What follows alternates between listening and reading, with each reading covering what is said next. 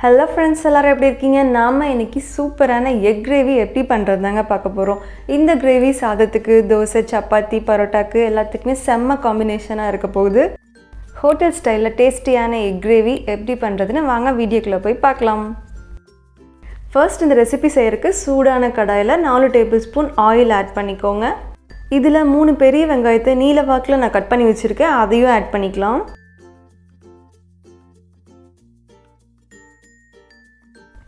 Add பண்ணிவிட்டு நல்லா mix பண்ணி விடுங்க. நாம் இதை கோல்டன் ப்ரௌன் ஆகிற அளவுக்கு ஃப்ரை பண்ணி எடுக்க போகிறோம்.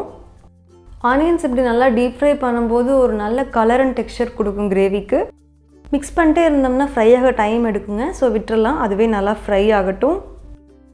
வெங்காயம் நல்லா கோல்டன் ப்ரௌன் ஆயிடுச்சுங்க. இந்த அளவுக்கு வந்தால் போதும். இனி நம்ம ஒரு ஜாருக்கு ட்ரான்ஸ்ஃபர் பண்ணிடலாம்.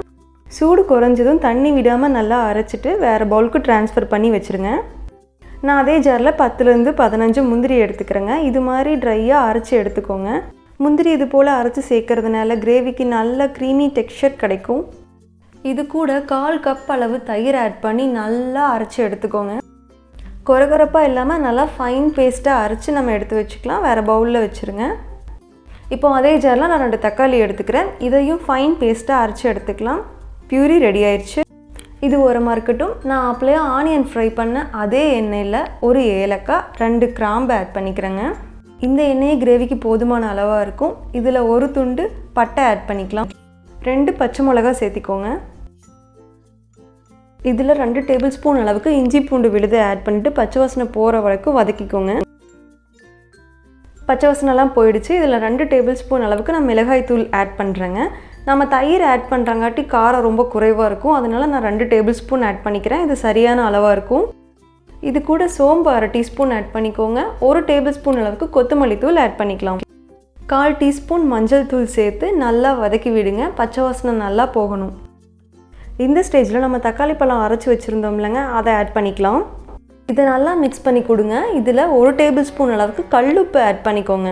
நம்ம சொல்கிற ப்ராசஸ் எல்லாம் அப்படியே பண்ணிங்கன்னா ஹோட்டல்ஸில் கிடைக்கிற அதே சுவையில் நீங்களும் ஈஸியாக எக் கிரேவி செஞ்சிடலாங்க. இப்போது இதில் நம்ம முந்திரி தயிர் அரைச்சி வச்சுருந்தோம்ல, அந்த பேஸ்ட்டையும் ஆட் பண்ணிடலாங்க. நல்லா மிக்ஸ் பண்ணி கொடுங்க. இதுதான் கிரேவிக்கு நல்ல ஒரு திக்னஸை கொடுக்க போகுது. ஆயில் பிரிஞ்சு வர வரைக்கும் இது நல்லா கொதிக்கட்டுங்க. இந்த ஸ்டேஜில் நம்ம பெரிய வெங்காயம் பிளெண்ட் பண்ணி வச்சுருந்தோம்ல, இதை ஆட் பண்ணி நல்லா மிக்ஸ் பண்ணி கொடுங்க. இந்த ஸ்டெப்ஸ்லாம் ஃபாலோ பண்ணி நீங்கள் கிரேவி செய்யும்போது இதுக்குன்னு ஒரு யுனைக் டேஸ்ட் இருக்குங்க. நீங்கள் கட்டாயமாக வீட்டில் செஞ்சு பார்த்துட்டு எப்படி இருக்குன்னு கமெண்ட்டில் சொல்லுங்கள். நல்லா கொதிச்சு ஆயில் பிரிஞ்சு வந்துருச்சு. இந்த ஸ்டேஜில் நம்ம தேவையான அளவு தண்ணியை ஊற்றி நல்லா கொதிக்க வைக்கலாங்க. தண்ணியோட அளவு உங்கள் விருப்பம் தாங்க. கிரேவி கெட்டியாக வேணுங்கிறவங்க அளவாக ஊற்றிக்கோங்க. கொஞ்சம் தண்ணியாட்ட வேணும்னா அதிக அளவு தண்ணி சேர்த்திக்கலாம். இதை மூடி போட்டு நல்லா 8 நிமிஷம் கொதிக்கட்டுங்க. இது கொதிக்கட்டும். அதுக்குள்ளே நம்ம முட்டையெல்லாம் கட் பண்ணி எடுத்துகிட்டு வந்துடலாம். முட்டையை இது மாதிரி நீல வாக்கில் வச்சு நடுவில் கட் பண்ணிக்கோங்க. எல்லா முட்டையும் இதே மாதிரி கட் பண்ணி எடுத்துக்கோங்க. இதை வச்ச முட்டையில் ஒமேகா 3 ஃபேட்டி ஆசிட்ஸ்லாம் இருக்குங்காட்டி இதயத்துக்கு ரொம்பவே நல்லதுங்க. கிரேவி நல்லாவே கொதிச்சு வந்துருச்சுங்க. இந்த ஸ்டேஜில் 1/2 டீஸ்பூன் கரம் மசாலா ஆட் பண்ணி நல்லா மிக்ஸ் பண்ணிக்கோங்க. கரம் மசாலா எப்போது ஃபைனலாக ஆட் பண்ணும்போது அதோட பஞ்ச் இருக்கும். நம்ம கட் பண்ணி வச்சுருக்க எல்லா எக்ஸையும் கிரேவியில் ஆட் பண்ணிடலாங்க. இது மாதிரி எல்லாத்தையுமே ஒன் சைடாகவே போடுங்க. ஒன் சைடு நம்ம வேக வச்சதுக்கப்புறம் ஒரு 2 மினிட்ஸ் கழித்து நம்ம அப்சைட் டவுன் பண்ணிக்கலாம். ஸோ இதே மாதிரி போடுங்க.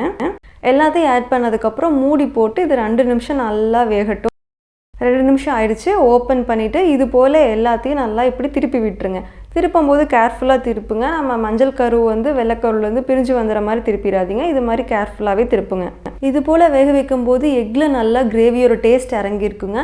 இதையும் நம்ம மூடி போட்டு 1 நிமிஷம் வரைக்கும் கொதிக்க விடலாம். இப்போ ஓப்பன் பண்ணி பார்க்கலாம். அவ்வளோதாங்க, நம்ம டேஸ்டியான முட்டை கிரேவி ரெடி ஆயிடுச்சு. கொத்தமல்லி ஆட் பண்ணால் அவ்வளோதாங்க கிரேவி. இது பரோட்டாக்கு பிடிக்கல, செம்ம சைடிஷாக இருக்குங்க. ட்ரை பண்ணி பாருங்கள். இந்த வீடியோ உங்களுக்கு பிடிச்சிருந்தா லைக் பண்ணுங்கள், ஷேர் பண்ணுங்கள், நம்ம சேனலுக்கு சப்ஸ்கிரைப் பண்ணுங்கள். இவ்வளோ நேரம் வீடியோ பார்த்துக்கு ரொம்ப நன்றி. அடுத்து நல்ல வீடியோவோட உங்களை சந்திக்கிறேன். Until then, bye from இந்த கௌதம். Happy cook.